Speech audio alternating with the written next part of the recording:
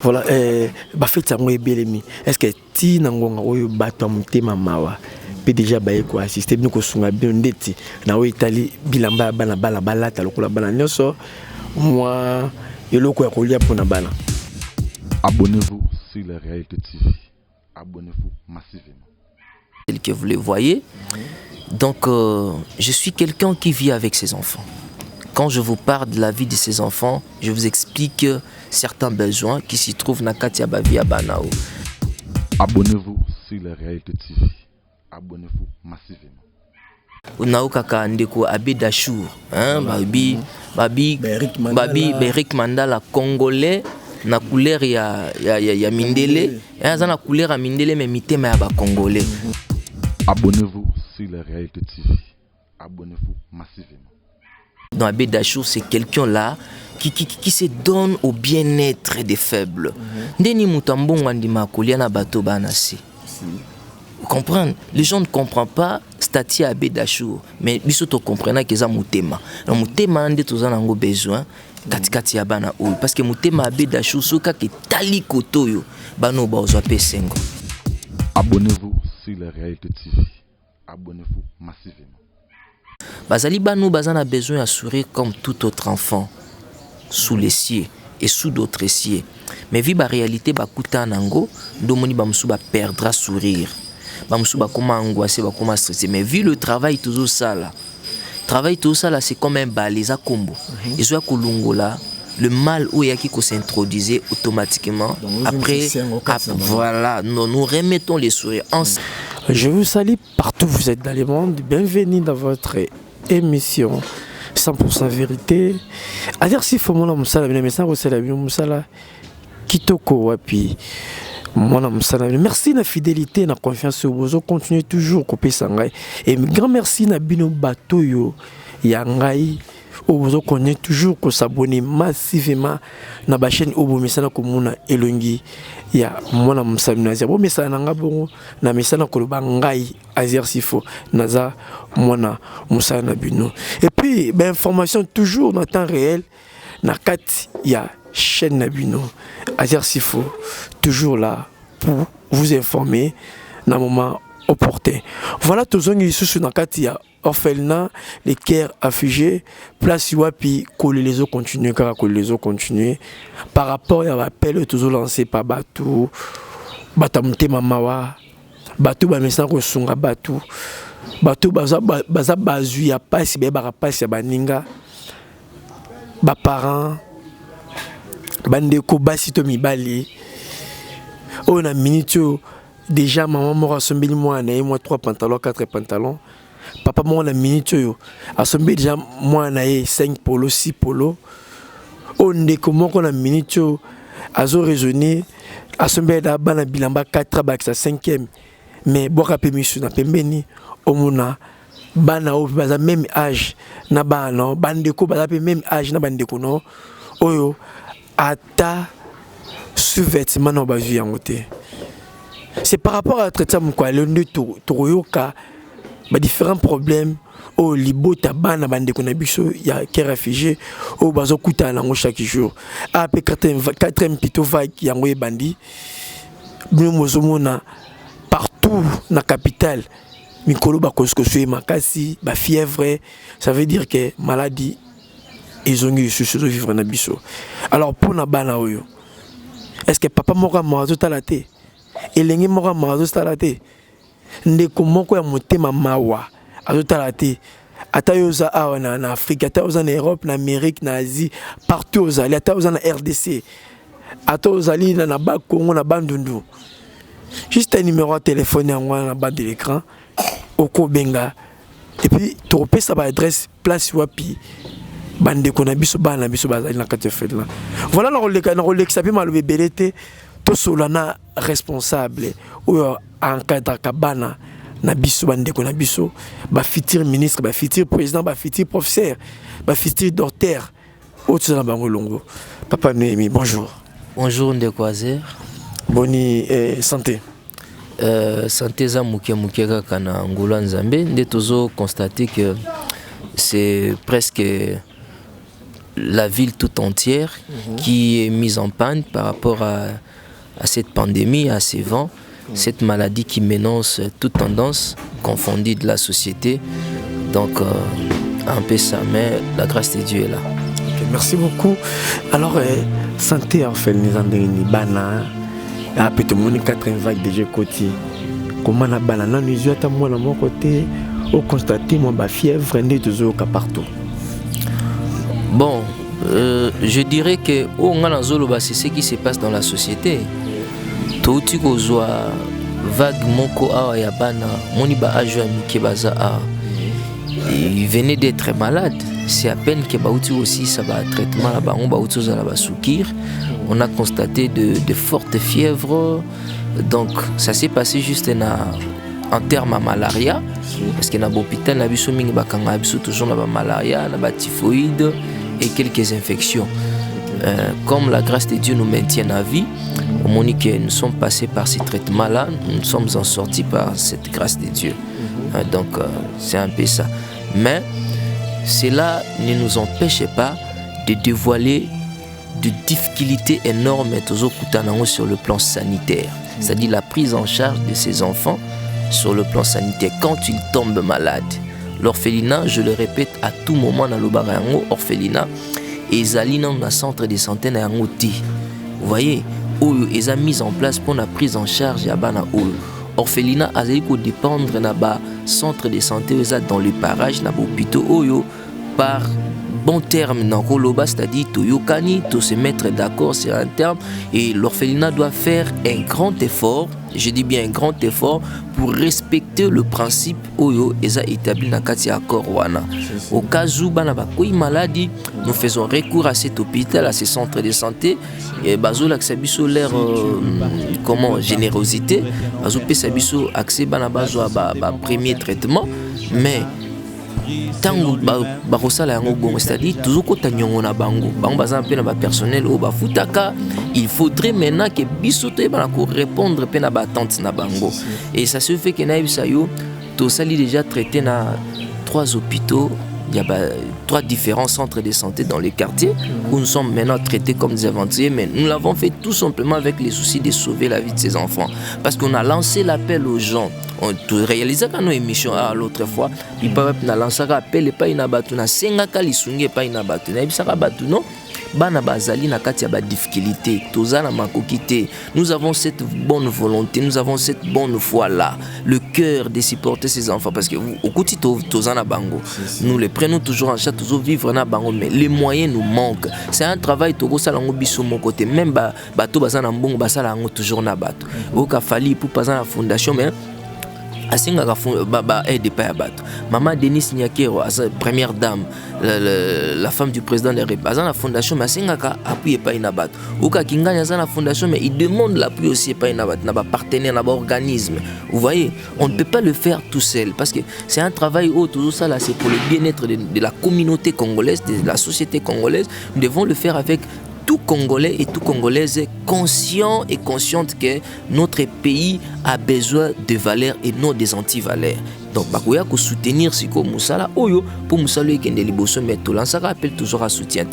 Et ça la que centre wana kangela ka biso porte. Moi to évoluer na aspect mususu ezalaka te. Ya to kende ki na centre mususu ba mona ki biso bata malamu en espérant que makambo ko tambola to kepe kuna esimbi pe lisusu te. Ozomona. Maintenant to mona ki na bana sko to ko boka sango to sa les missions to chez bembe to la soki tala to senga makoki ya kite. Vous voyez, tant que nous sommes là, besoin de tout ça batali bosako bundana, parce que voire même toujours loba c'est ça bitumba toujours ça la poto comme ça message pas ina bandeko. Vous voyez, parce que besoin de tout ça ba premier responsable na bango ou toujours travailler na bango. Donc il y a qui sont na troisième lisusu esika, et na troisième esika to meka ki net moi ko évoluer moi bien na bango, mais à la suite toujours beba na bato. Pourquoi? Manque de moyens.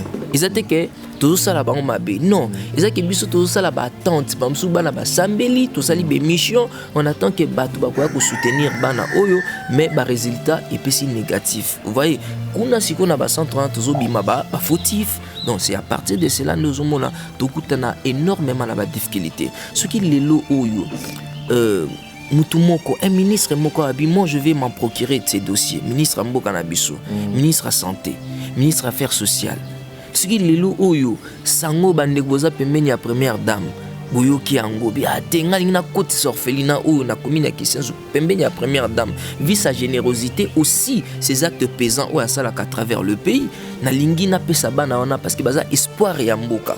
Bazali ba valeur ya mboka dans les temps à venir.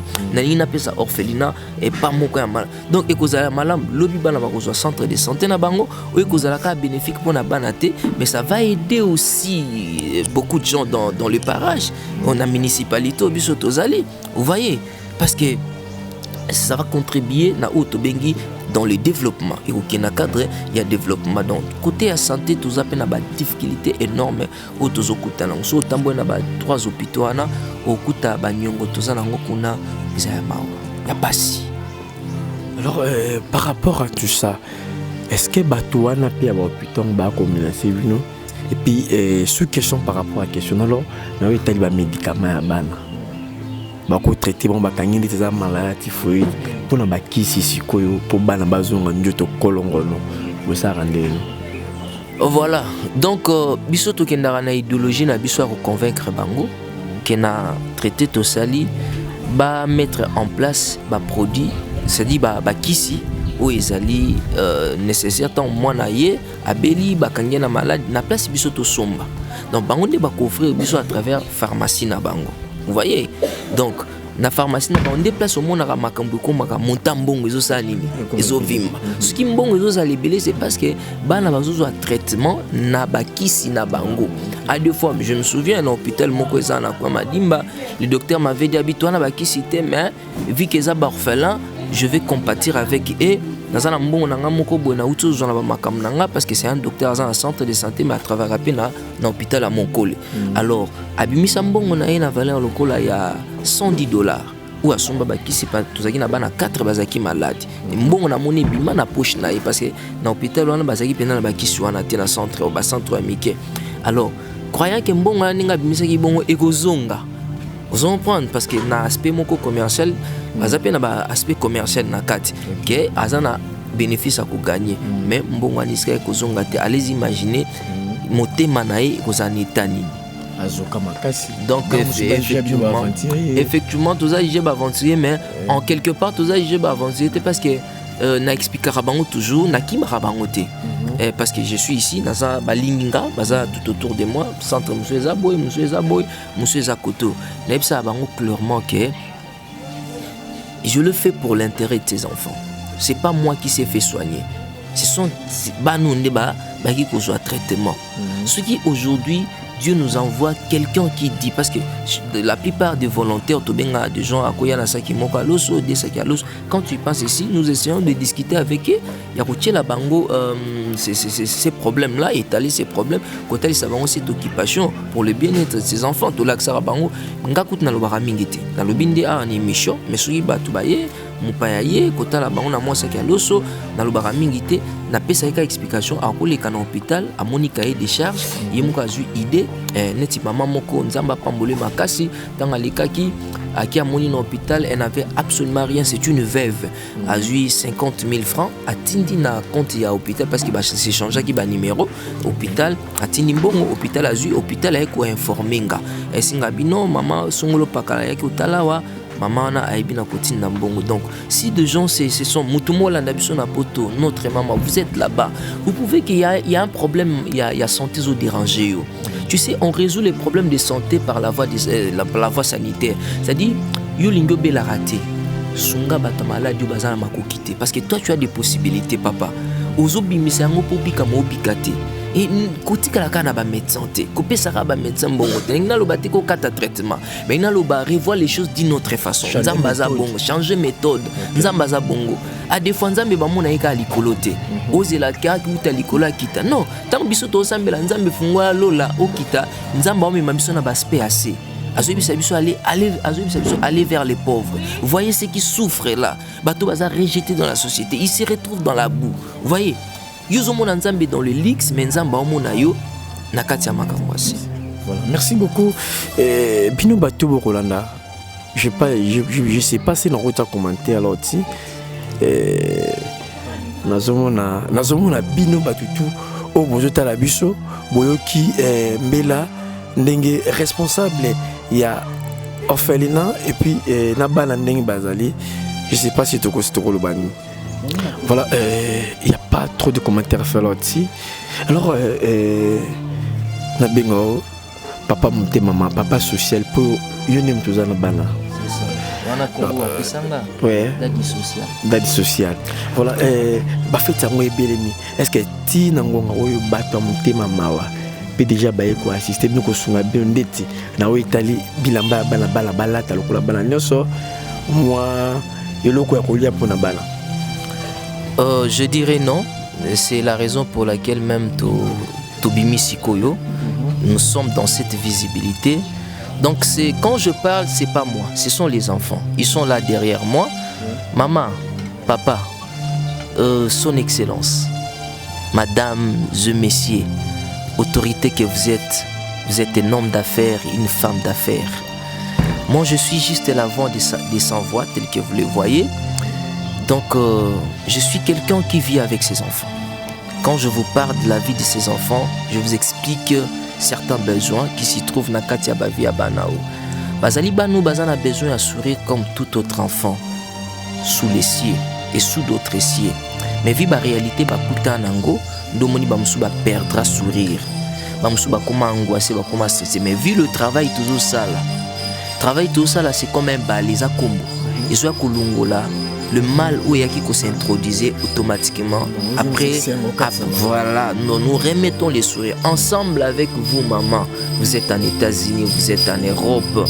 Binotou, papa Adam Openge, maman Brinette Moussila, madame Belou Ilunga, vous qui êtes là-bas. Donc c'est ensemble avec vous. Naokaka Ndeko Abedachour, Babi Beric Mandala Congolais na couleur ya Mindele, na couleur ya Mindele mais mitema ya ba Congolais. Donc Abedachour c'est quelqu'un là qui se donne au bien-être des faibles. Ndeni Mutambongo andima kolia na bato banasi. Comprendre, les gens ne comprennent pas Stati Abedachour, mais biso to comprendre que ça mutema. Na mutema ande tozana ngo besoin katikati ya bana o parce que mutema Abedachour soka ke tali kotoyo bano ba ozope sengo. Donc ba bénéficier na sourire wana côté pa na Abedachour pour lobi ba affronter avenir. Na ba fête yango to komi. Toujours c'est appel d'aide, appel ya soutien, appel au torbenga opération. Partagez votre sourire avec les orphelins. Donc cette opération veut dire partager votre sourire avec les orphelins pour ces festivités.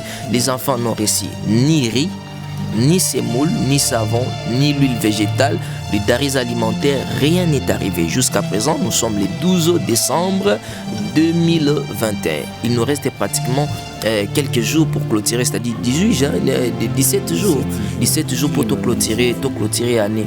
Bajou ta sapata roula tate, ata sandal bazuité, lamba bazuité. Non, il se demande déjà parce qu'il y a minito, je vous dis ce qui est vrai. Il y a des gens nazaki récemment nazaki na niveau matete na monde ba parents bazoki na ngwema pour aller acheter des articles pour leurs enfants. Et dans les quartiers, ils sont influencés de gauche à droite. Bana ou parents là ont déjà bilamba.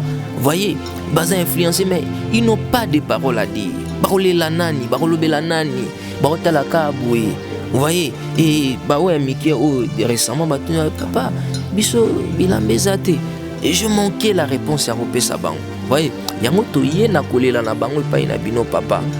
Cause l'éthique ezalaka choite mutasala na vie.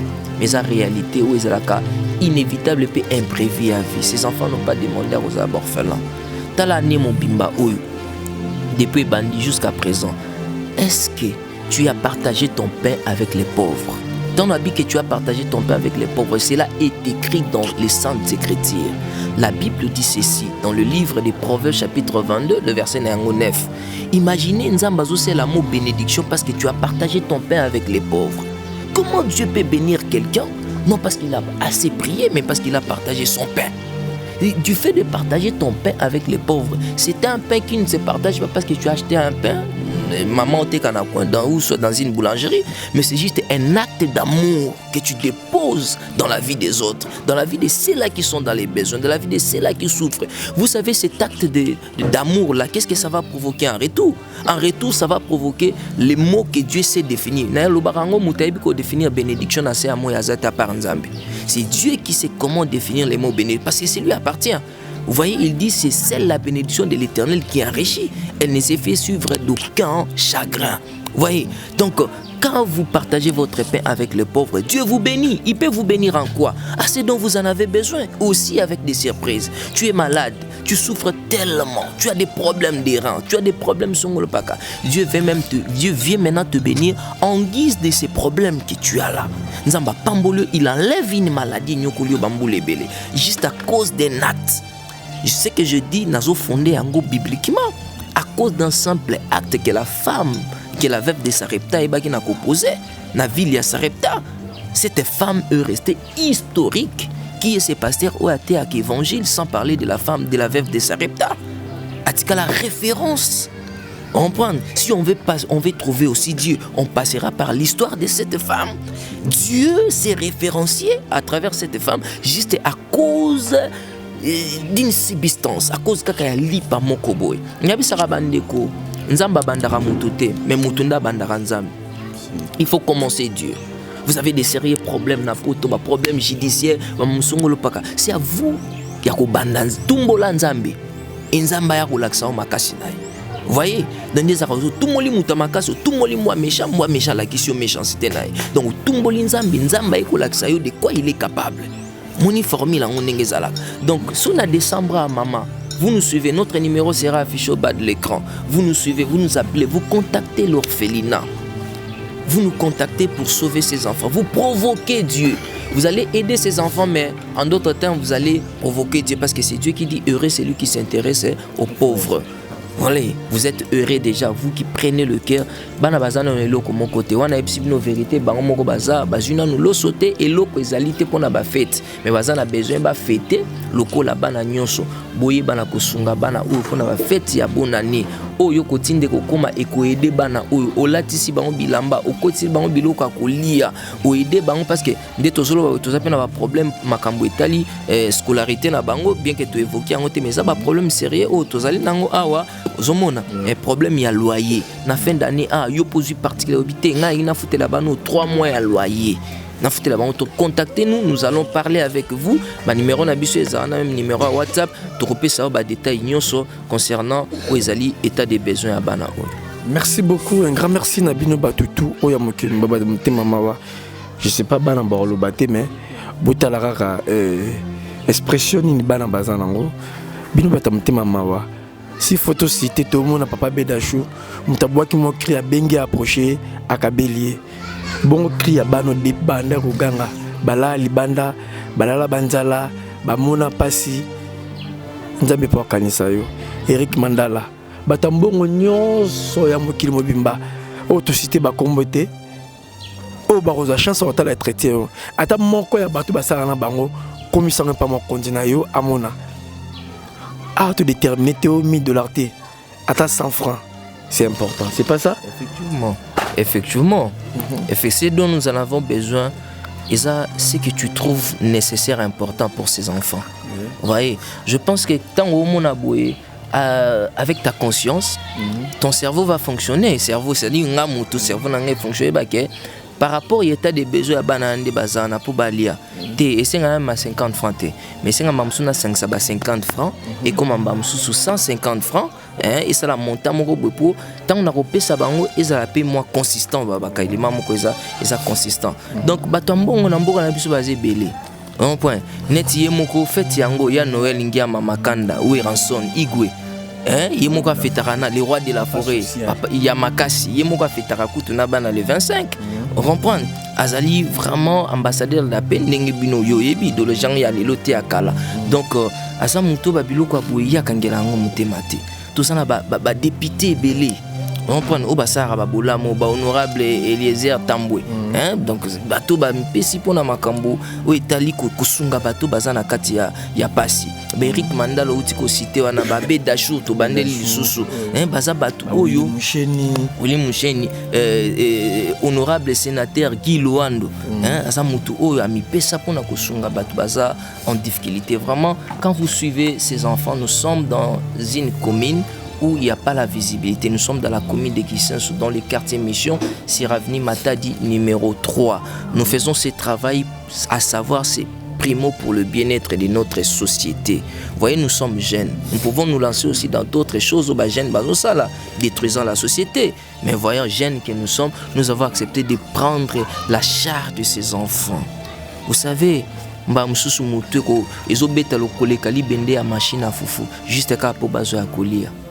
Nous avons besoin de créer les bana unité de production. Nous avons besoin de longola bana ou na ki locataire. Bakoma pepa ina bango lupango eza na kombo na ngaite, na kombo ya journaliste te, mais na kombo ya moko te, mais na kombo na bango dans l'ensemble. Ils a reconnu pas ina l'état. Donc il lupango l'état yebi que ezali ya ba orphelin. Zomona parce que bango bakokola l'autre bakoma batu bakoma ba responsable de la société et bamsu bako remplacer bango dans cet état.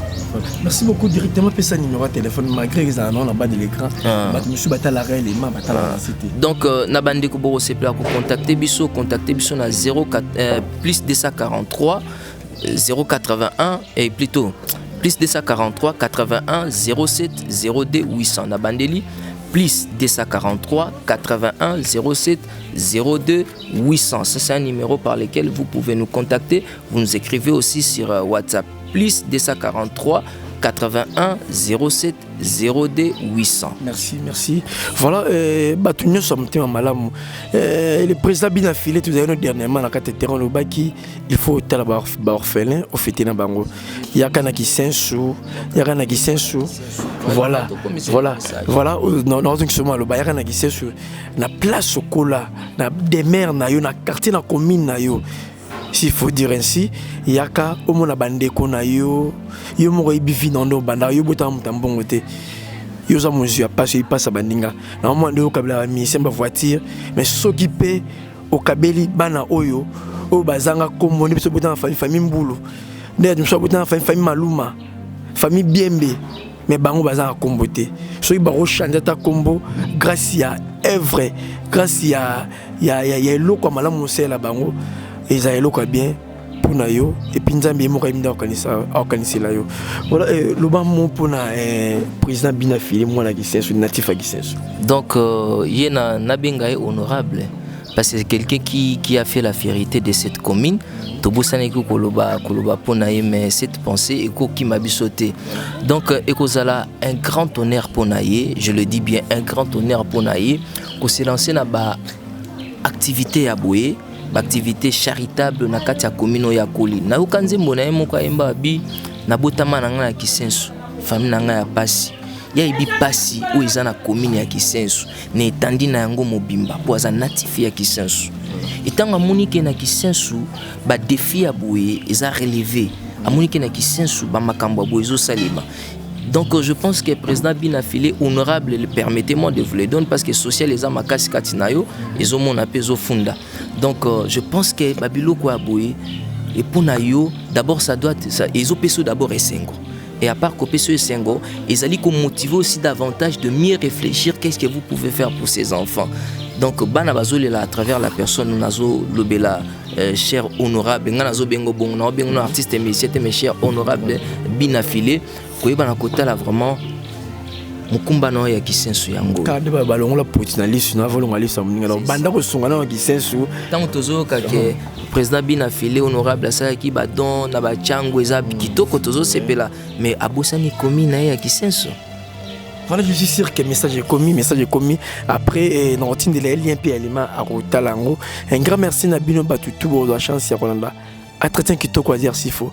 À ces Bino, tous en plus à Batamutima Malam, Fondation Fali Poupa, Yaouranson, le roi de la forêt, Jibem Piana, Kofi Olomide, Batutu, vous abatamute Mayamawa. Et Breton contre maître, Bosé Belé, même si on a un comboté, mais oh, Koyoka. yo moko yebi via ya ba orphelin de ba vivre ka mais approcher benga moi geste na ba fête oyo et que ça là vraiment un grand plaisir na bana oyo et puis likolo nzambe yemoko yebi ndeni arozong selon en retour. Merci Manassé Boutana ma caméra musala kitoko wapi Mpandi na moni Audrey bien bazala ki wana toujours pona ko assister ngai na traitement ko lelo ba tout bolinga razier sifo ya ko lobezate ya ko suki sa pesate batamte mama ndeboya. Merci, bye.